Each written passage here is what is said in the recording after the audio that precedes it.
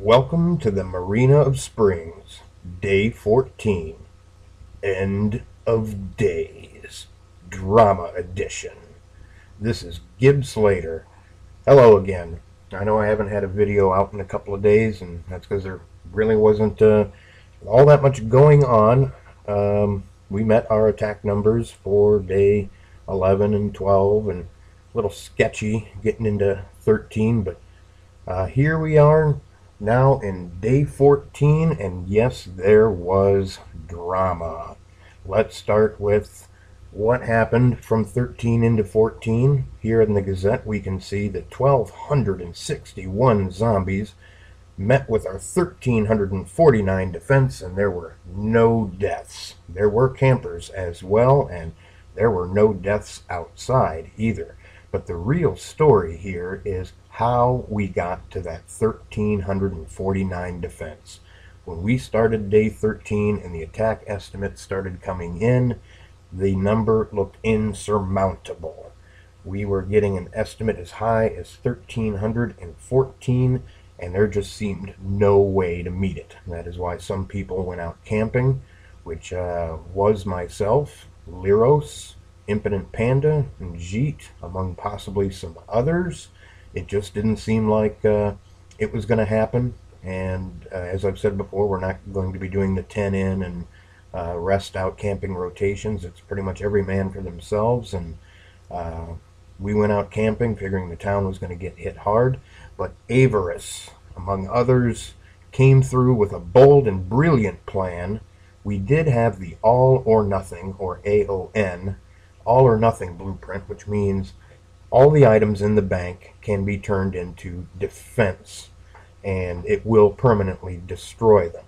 However, in order to build the all or nothing that would have given us the just enough defense to meet the estimate, required nuts and bolts. Two of them that we did not have.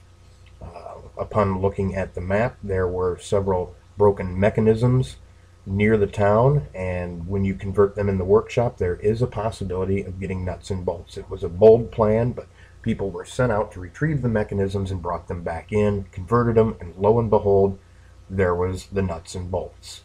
And the plan began with, from what I understand, maybe only 4 hours before the attack, Avarice and others directed people to start emptying the bank of important items that we would want to save, such as the teddy bear, some drugs, food, of course the hacksaw, things of that nature.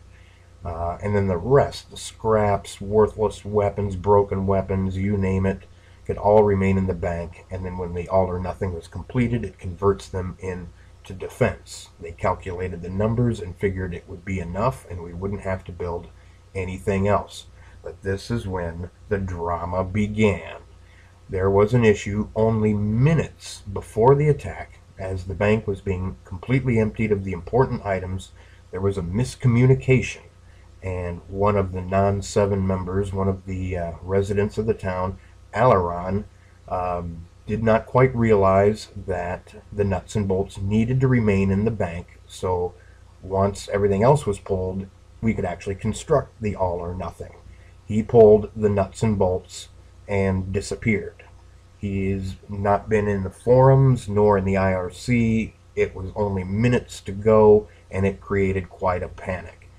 The IRC was going crazy. Here is an image of what was happening in the final minutes. Note the time, 22:57, 22:58, 22:59, right into the last minutes.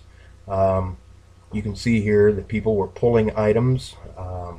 Dable did mention that she had a little bit of a headache, and she also grabbed the nuts and bolts, and but she remembered that they needed to go back and drop them back in right away. But however, right here you can see Alaron, who was trying to help and just didn't realize. He took the handful of nuts and bolts, he took some twisted planks, and he was trying to save these items so perhaps the cemetery could be built. He just didn't realize at the time that the nuts and bolts were needed in the bank so that when everything else was pulled, we could actually construct the all or nothing. We had no choice, really. There just wasn't time to attempt to contact him through any other means. we had to shun him in order to retrieve those nuts and bolts and get them back in the bank. And the chat was exploding. I'm not going to read through all of this here. If you want, you can pause the video and read through them, but here you can see that Avers realizes that the nuts and bolts are gone as I'm giving the 3-minute warning, and it was very quickly decided, knowing that there was no other way, that we had to shun. And you can see the calls for shuns coming right through here, and it continued on. Again, if you want to read through all of these line by line, just pause the video, read them, and then continue. It was exciting. There was adrenaline. It was crazy. You had to be there in the moment just to feel it, but it was just insane. Looking at the clock, trying to get the nuts and bolts back, and once it was done, then the call for build, get it done. Look at the time, 21:59, less than a minute to go before the attack in order to get all or nothing up to get our defenses. It was just crazy. Continues on, and right at the last second, look at this, 21:59 right here at the top, done, calling 1336 defense, and the attack was going to be up to 1314. We had just pulled it off. You can read through these again, pause if you want to, but just see how 21:59, boom, done. 2200, that was it. The attack was on. By the skin of our teeth did we get that defense up, and everybody inside survived. And of course the campers, I'm not sure how many of them are survivalists. Liros and I are tamers, so we did not have 100% chances, but we were at the nuclear bunker and upgraded the zone, installed a DO, did what we could, and we all survived that. We really thought this was going to be the end, and it's amazing that this got pulled off, and everybody in town survived one more night.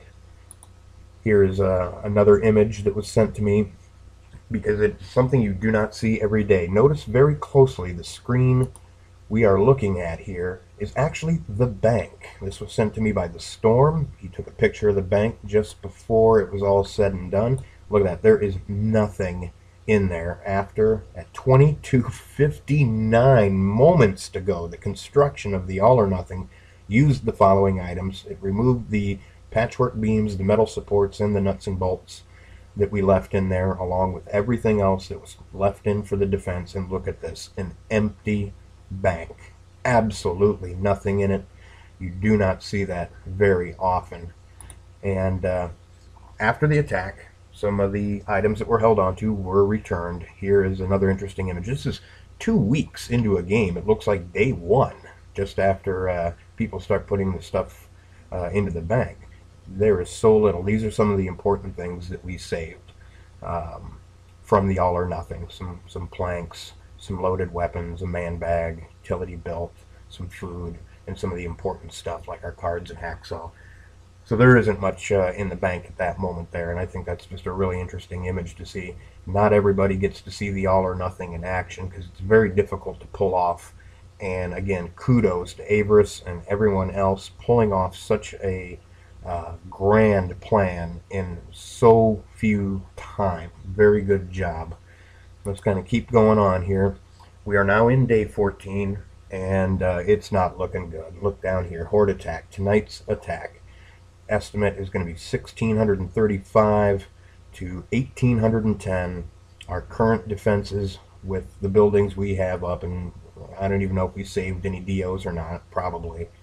We're at 963 defense, half of what we need. It's not happening, people. There's going to be a slaughter in this attack. Not unless everybody runs out and camps to survive another day or two longer. We are going to be jumping as a meta tomorrow, so there's not a lot of sense in surviving much longer anyway, but it's that human instinct to want to try to survive. This is relatively current information right here. I guess I'll do a quick reload. See if anybody else has gone outside. Liros and I simply don't even have the energy, really, to return back to town if we wanted to maybe try to get last man standing. We went out down here to 7-7, the nuclear bunker, to camp out there. We are on a water rationing day because we wound up using most of our waters just to get there and clear the area. So we're just not going to drink today, and then we'll drink tomorrow and then just die off so we can make our jump. But yeah, this is who's outside right now. I can see some people hanging around some buildings. They're probably going to wind up camping here shortly. We've got about 3 hours before this slaughter of attack. And also note the bank. This is the current situation of the bank now. Everything else has been pretty much returned. Still pretty empty looking for 2 weeks in. Got our food in there and some furniture and got our drugs back. I think we burned up 1 or 2 imp suits in the all or nothing because all you need is one really. So there's our one remaining imp suit. Way down here in the corner, it was, oh, not Jeet, it was Perpetual Sin, an impotent panda that went down here to the old field hospital. Really far away getting down there. They're on a one-way trip. And there's some other people out here you can see just on the map that are auto-searching some zones before coming back in. And I do notice Liros went to auto-search here in this zone, and she probably is stuck. So as soon as I'm done with this video, I'm going to see if she's online and see if I can give her a hand and bring her back to the nuclear bunker. Because you can see I'm off over here auto-searching as well. Might as well, nothing else to do. But yeah, there we are. Day 14 with super drama. End of days. This is about it, folks. This is maybe the last video. Maybe I'll do one more showing the destruction, and then I'll continue to make these videos for other 7 Deadly Sins towns. It's been really, really fun. I'm going to take this opportunity to thank everybody, all of the 7 Deadly Sins, the friends that jumped with us, and the residents. You too. Hopefully you're watching these videos too. You residents, heroes and non-heroes, citizens alike, thank you very much. You did a great job, including even Alaron. If you're watching this, Alaron, no hard feelings. I'm hoping that you now understand the situation we were in. You'll be all right with that, Sean. Many of our members have 1 or 2 of those, even some hangings. It's not a big deal. But yeah, you guys did great. I had a really, really fun time. I missed some of our 7 members that did not make the jump with us because of other obligations. It would have been great to have them with us, and I look forward to playing a town with them again. But thank you for watching. I'll get another video out showing what happens after this. Don't worry. This is Gibb Slater reporting from the Marina Springs. End of days. Drama. And please, don't die tonight.